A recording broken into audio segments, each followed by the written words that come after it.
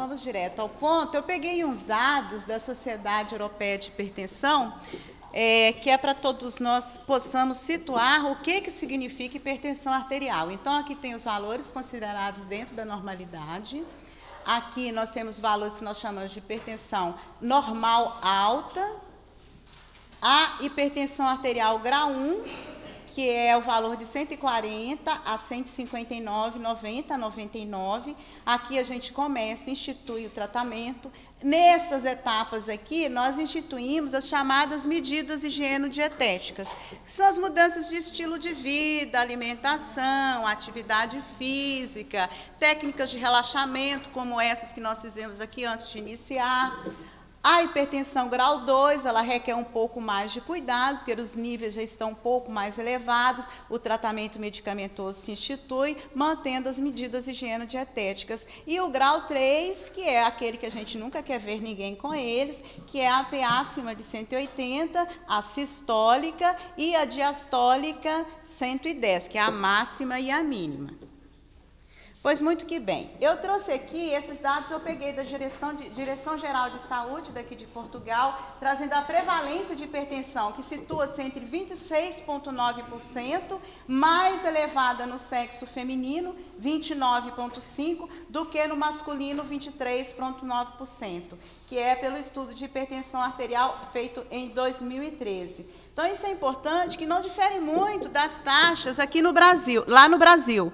Porque, talvez a gente vê isso porque a mulher está assumindo muitas responsabilidades, não só do ponto de vista das que ela já tinha no trabalho em casa, ela tem geralmente uma tripla jornada, ela trabalha, ela já está saindo, ela está assumindo postos de maiores responsabilidades, e isso fez com que ela tivesse a mesma carga de estresse que o sexo masculino. Além de que, muitos de nós, para poder entrar na competitividade do ambiente de trabalho, muitas mulheres têm se comportado, assumido o comportamento masculino, e isso aumentaria a carga de estresse e favoreceria porque o contingente feminino tem apresentado índices mais elevados de hipertensão arterial em relação ao masculino.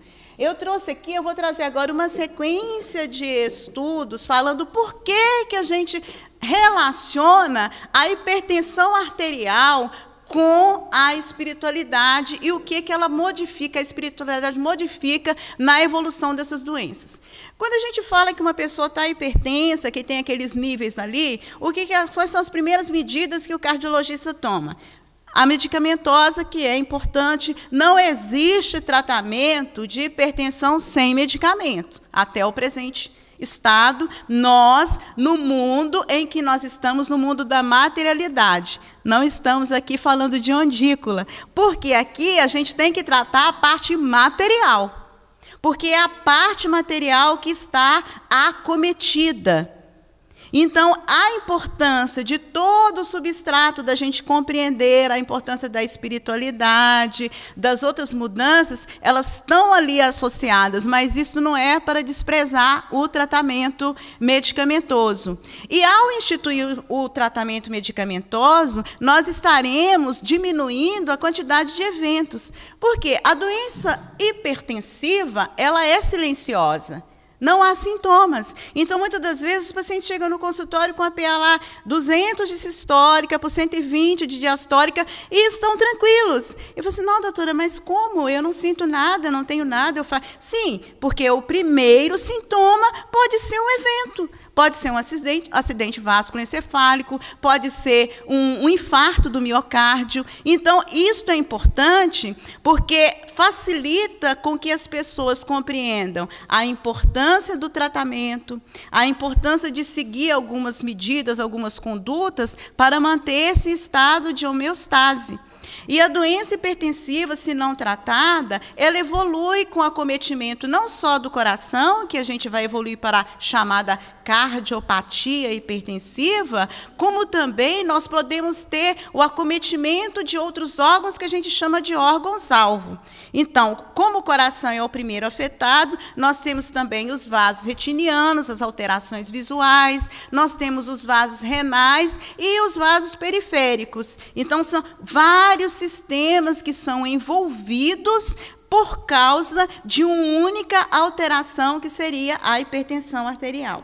Esse artigo do Dr. Red Koenig eu trouxe porque é um artigo importante, que ele vai falar para nós o que significa a espiritualidade nas doenças em geral. Então, nós estamos falando aqui do que é espiritualidade. Espiritualidade é uma forma com a qual nós ressignificamos a nossa existência. Essa foi a maneira mais prática que eu consegui trazer uma definição, porque a espiritualidade ela não tem uma definição muito bem correlacionada. Já nós temos um outro termo, que é a religiosidade, que quer dizer como que uma pessoa, diante daqueles postulados, aqueles ritos de determinado segmento religioso, se relaciona com aquilo, absorve e leva aquilo para o seu enfrentamento do dia a dia. Então, nós temos dois tipos de religiosidade, a extrínseca e a intrínseca. A religiosidade extrínseca é aquela que a pessoa vai ou na igreja, ou na casa espírita. Vamos dar o exemplo aqui da casa espírita. Vai à casa espírita, assiste uma palestra, leva sua garrafinha para fluidificar a água, recebe o passe e volta para a sua casa. Mas tudo aquilo que ela ouviu na palestra não modificou uma vírgula na sua situação, nos seus embates do dia a dia. Já a religiosidade intrínseca é aquela pessoa que pega o ensinamento da sua religião e transfere para as suas atitudes do dia a dia. Ela procura vivenciar. Então, nós temos no Evangelho segundo o Espiritismo, o capítulo 17, Sede Perfeitos. E lá tem, reconhece-se o espírita pelo esforço que ele tem em dominar as suas más inclinações. Ou seja, quando ele está realizando a religiosidade intrínseca para estar no seu dia a dia. A outra definição que eu vou trazer para vocês é do Copping, que é aliado à religiosidade intrínseca. O Copping é como eu pego os ensinamentos daquela religião que eu estou seguindo e coloco diante das minhas situações de dificuldades. Copping é uma palavra em inglês que quer dizer enfrentamento. Então, quando eu estou passando uma grande provação, uma grande dificuldade, seja econômica, emocional, separação, adoecimento, seja ela qual for, eu utilizo aqueles ensinamentos da minha religião para poder superar. É a capacidade de superação. Então, de acordo com esse tipo de relacionamento que cada um de nós tem com o sagrado, nós vamos desenvolver uma saúde positiva ou não. E é isso que o Dr. Red Koenig coloca nesse gráfico aqui maravilhoso. Então, ele coloca aqui a fonte. É acreditar e a nossa ligação com Deus. E aí nós temos aqui como que nós temos essa ligação, se é com uma prática religiosa pública ou privada. Isso é muito interessante, porque muitas pessoas não vão em nenhum local, mas assistem programas religiosos pela TV, leem livros de autoajudas, livros de religiosidade, e aí eles absorvem aquilo e têm uma vida tão religiosamente, tão intrinsecamente como aquele que frequenta uma instituição pública. Aqui, o acometimento que a pessoa tem com tudo aquilo, as suas experiências e o Copping que eu já falei. Toda essa prática aqui vai ajudar a pessoa nas suas decisões do dia a dia. E diante dessas decisões do dia a dia, ele vai desenvolver as virtudes humanas, ou seja, a honestidade, a perdão das ofensas, o altruísmo, a gratidão, a paciência e a diligência, que é aquela forma de interação que a gente tem no dia a dia. E tudo isso aqui vai levar na positividade da nossa saúde mental, saúde física, por consequência, que é paz, harmonia, bem-estar, felicidade e alegria, esperança e otimismo, um objetivo e um propósito de vida, e é a adaptação. Quando não, nós entramos nesta parte da saúde mental negativa, que seria a depressão, o suicídio, a ansiedade, psicose, distúrbios da personalidade, uso de álcool e drogas e a questão do crime e da delinquência. Então, esse quadro ele é bem didático, ele mostra como que somos nós que fazemos as escolhas. As adversidades, elas fazem parte. O adoecimento pode fazer parte, porque nós estamos na matéria, no corpo físico. Então, é natural que, a partir do instante em que nós temos uma qualidade de vida, a partir do instante em que o mundo está envelhecendo e que nós temos um número maior de idosos, é natural que a máquina se desgaste. E, ao se desgastar, vão aparecer as doenças. As doenças cardiovasculares são as que aparecem em primeiro foco. E aí, ao aparecer, nós temos que ter o recurso em nós para lidar adequadamente com isto. Este outro livro, eu gosto muito desse livro, que é Medicina, Religião e Saúde, o encontro da ciência e da espiritualidade. Nesse livro, o Dr. Koenig cita de todos os sistemas, o que acontece em cada um, e ele coloca a importância do sistema neuroendócrino hormonal. Então, o que seria o sistema neuroendócrino hormonal? Nós temos em nosso cérebro uma via de circuitos que controlam todo o nosso funcionamento. E esta via de circuitos, ela está localizada principalmente na região no meio do cérebro, que é chamado, lembra daquele segundo andar do livro No Mundo Maior, que Calderaro descreve lá os andares, os 3 andares do cérebro, que ele descreveu isso em 1950, e em 1973 vem o neurocientista MacLean e descreve os 3 andares do cérebro. E nós temos, pela AME Brasil, um livro que se chama O Cérebro Triuno, que foi lançado este ano no Medinesp, que justamente a doutora Ivênia, o doutor Sérgio Lopes e o doutor Sérgio Iandoli Júnior descreveram a parte moral, a parte filosófica e a parte científica, colocando para nós uma estratificação daquilo que Calderaro disse. Em um capítulo, eles colocaram em um livro de 200 e poucas páginas, que vale a pena de ser lido. Então, nós estamos falando isso aqui porque neste segundo andar, que é aquela parte do cérebro que está chamado sistema límbico, que nós temos a região do hipotálamo, temos a região da amígdala, que controlam as nossas necessidades básicas, é onde nós treinamos a nossa vontade.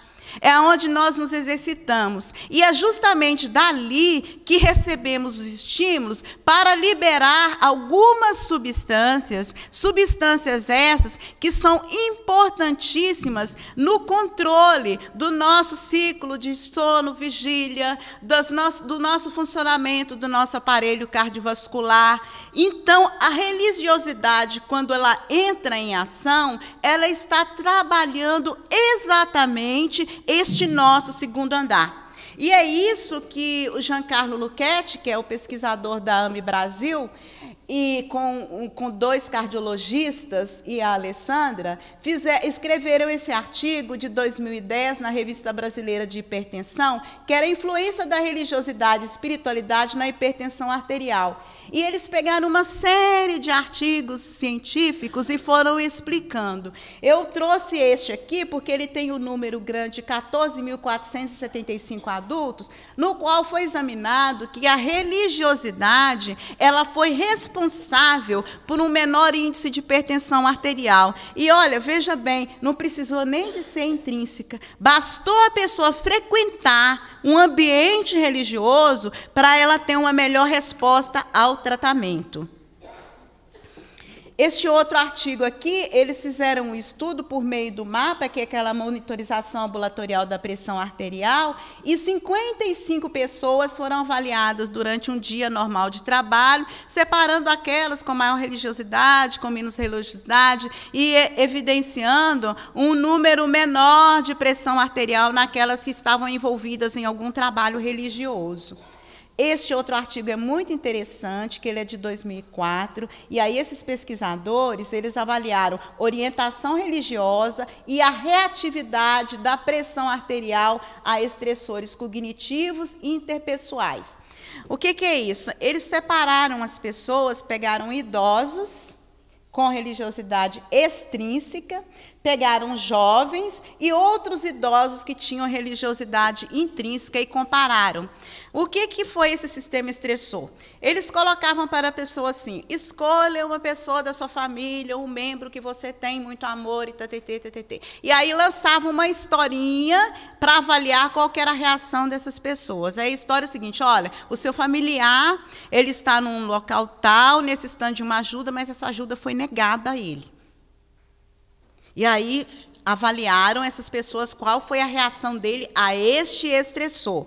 Ou então, o outro tipo de estressor que eles colocaram foi colocar aquela pessoa para poder desenvolver um problema de dificuldade muito maior. Aí avaliaram também. Ali foi um teste para saber como é que elas tinham uma reação fisiológica de acordo com aquela situação. Qual que era a reação fisiológica? A reação fisiológica acontece da seguinte maneira: ao sermos instigados com aquilo, nós automaticamente lançamos ao nosso organismo, lançamos no nosso corpo, vamos assim dizer, uma mensagem via nosso cérebro de que a situação é uma situação de perigo. Não tem quando nós estamos diante de um cachorro bravo, o que acontece conosco?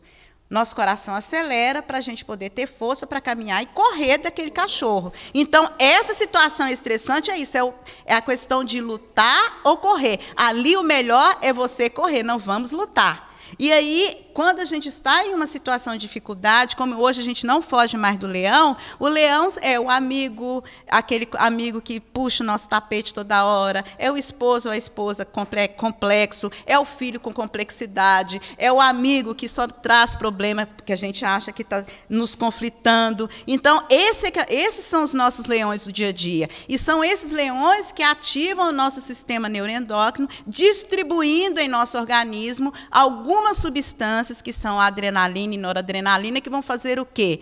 Exatamente, acelerar nosso coração, estimular as paredes dos nossos vasos, fazendo com que isso desencadeie hipertensão arterial em muitos de nós e outras doenças. Então, por isso que fala que a doença é uma doença do estresse. E o que aconteceu?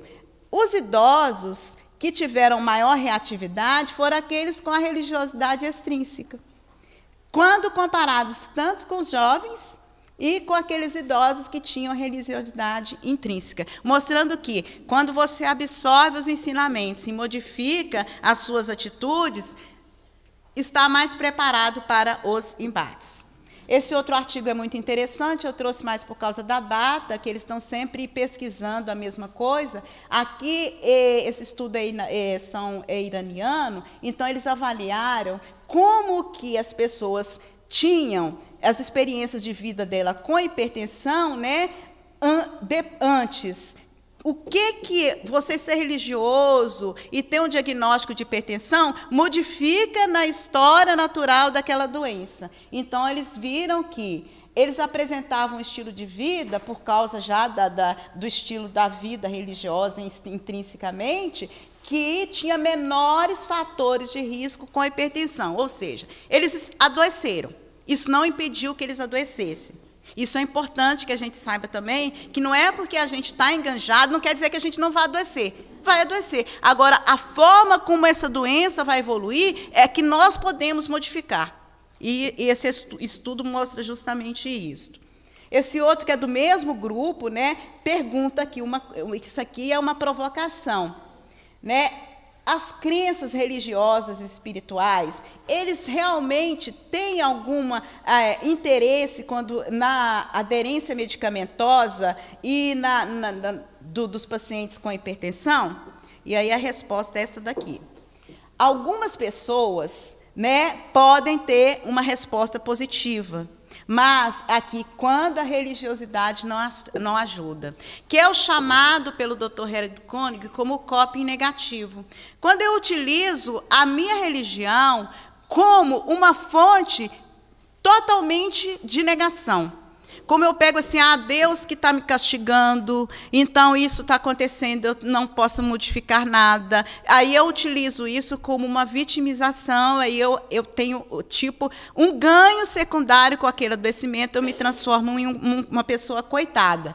Então, e aqui, o que eles chegaram de conclusão nesse trabalho é que a ligação dos pacientes com o Ser Supremo, então as pessoas se sentiam tão envolvidas com Deus, que aí elas achavam que elas não tinham que fazer nada, tinha que esperar que Deus fizesse algo. É aquela questão de terceirizar.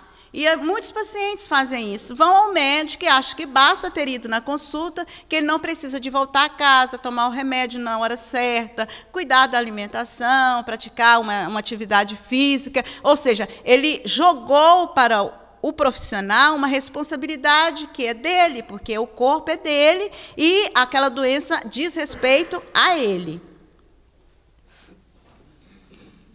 Esse outro artigo aqui já coloca que é do mesmo, e ele viu as duas coisas, viu a parte negativa, mas ele também viu o trabalho, fez um outro trabalho com 400 pacientes para ver a parte positiva. Aquelas pessoas que usaram da religiosidade intrínseca e com quadro de ansiedade, depressão, desculpa que está escrito errado, estresse, crenças espirituais, e como que as emoções negativas, né, podem ser diminuídas com a espiritualidade. Então, as emoções negativas são aquelas que eu coloquei no quadro lá do início, que o Dr. Harold Cohn coloca naquele artigo, que aquelas emoções, elas agravam, elas intensificam o adoecimento, porque elas entram num circuito ao contrário, e, ao intensificar aquele adoecimento, elas favorecem o número de eventos.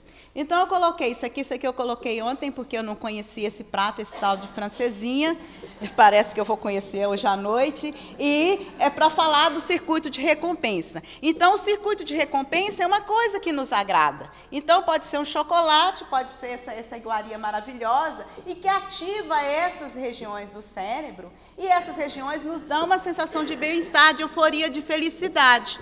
Então, nós temos várias maneiras de ativar o nosso circuito de recompensa.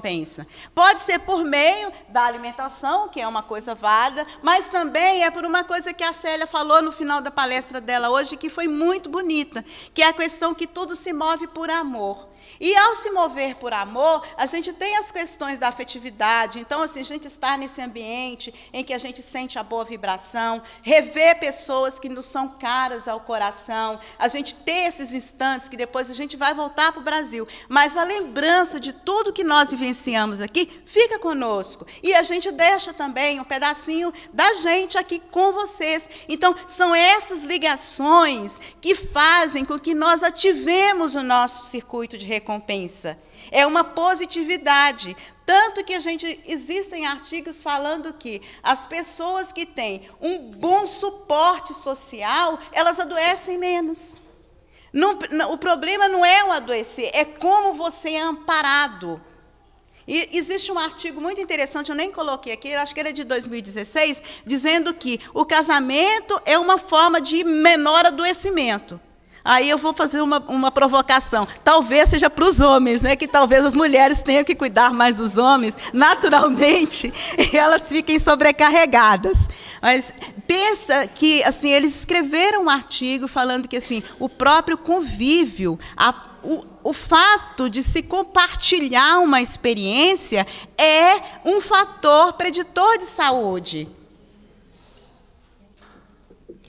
E vamos aqui colocando, eu achei esse livro é muito interessante, você pode tirar ele por PDF na internet. A Força da Mente, Egorina Cunha. Quem não conhece Egorina Cunha, ela que recebeu aqueles desenhos de Nosso Lar. Então, tem um livro que chama Cidades no Além, que tem todas as plantas de Nosso Lar. Egorina, ela tinha a chamada poliomielite, ela tinha sequela de poliomielite. Então, ela escreveu esse livro para dizer para as pessoas como que ela utilizou a sua mente para poder superar aquele adoecimento. E o que é muito bonito nesse livro é que é o prefácio. Eu gosto muito do prefácio desses livros. Geralmente são grandes benfeitores que escrevem. E no prefácio tem uma poesia de Dr. Bezerra, nos estimulando a ler e aplicar aquilo para o nosso bem-estar. E outra parte maior foi o Dr. Inácio Ferreira, que escreveu, ele ainda estava encarnado, que esse livro é de 97, ele desencarnou, acho que foi em 98. E aí, aqui está, nosso fluido vital, aliado aos fluidos divinos, elaborados nos laboratórios do espaço, na fotogenia das imagens persistentes, provoca, elabora, fabrica ectoplasma, dá vida às células que, enfermas, prejudicam e desequilibram nossos órgãos, possibilitando a recuperação. Quando não, melhoras bastante acentuadas. Demonstra-lhes que o nosso corpo abriga inúmeros órgãos que produzem dia e noite não só toxinas, como também medicamentos poderosos que, manipulados e empregados sábia e criteriosamente pela nossa fé, nossa vontade, nosso raciocínio e nossa persistência, realizam verdadeiros milagres. Então é bonito porque o doutor Inácio começa o prefácio falando o quão nós evoluímos do ponto de vista de tecnologia, que nós temos comunicações, nós temos aparelhos maravilhosos, mas esses aparelhos eles são destituídos da alma e estão destituídos do amor.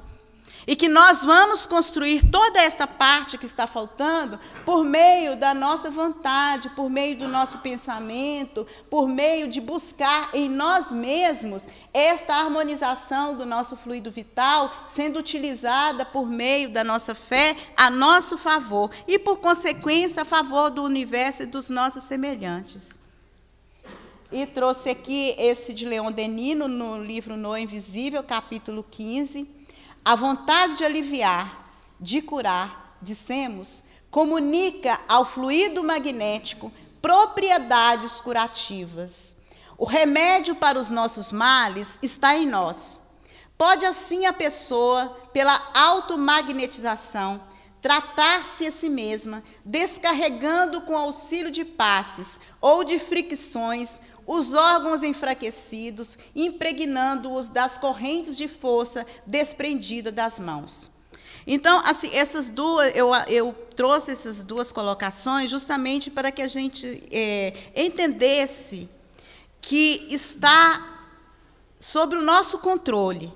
Como que nós vamos pegar esta vibração, esse fluido vital, este campo que a Célia tão bem colocou para todos nós, e utilizando este campo ao nosso benefício. Porque o perispírito ele é moldável. Ele é a parte que atua como o intermediário corpo-espírito. Então, ele é, ao mesmo tempo, ele tem uma parte, que é uma parte ele é semimaterial, ou seja, ele tem a matéria e tem um componente espiritual, por isso que é perispírito. E tendo esse componente espiritual, ele é moldável pelo nosso pensamento. Então, o pensamento que é onda, ele molda o nosso campo perispiritual. Como o nosso perispírito é o modelo do corpo, ele pode imprimir na nossa tessitura tudo aquilo que nós necessitamos para o nosso bem-estar. E aí eu trago André Luiz, que fala justamente isso, em Mecanismos da Mediunidade. No homem, a corrente mental assume feição mais elevada e complexa. No cérebro humano, gabinete da alma erguida a estágios mais nobres na senda evolutiva, ela não se exprime tão só à maneira de impulso necessário à sustentação dos impulsos orgânicos, com base em nutrição e reprodução. É pensamento contínuo, fluxo energético incessante, revestido de poder criador. Nasce das profundezas da mente, em circunstâncias por agora inacessíveis ao nosso conhecimento. Porque, em verdade, a criatura pensando cria sobre a criação ou pensamento concreto do Criador. E após nascida, ei-la, a corrente mental, que se espraia sobre o cosmos celular, em que se manifesta, mantendo a fábrica admirável das unidades, através da inervação visceral e inervação somática, a se constituírem pelo arco reflexo espinhal, bem como pelos centros e vias de coordenação superiores. Então, aqui André Luiz diz para a gente, por que nós temos cada vez mais essas técnicas de meditação, de relaxamento?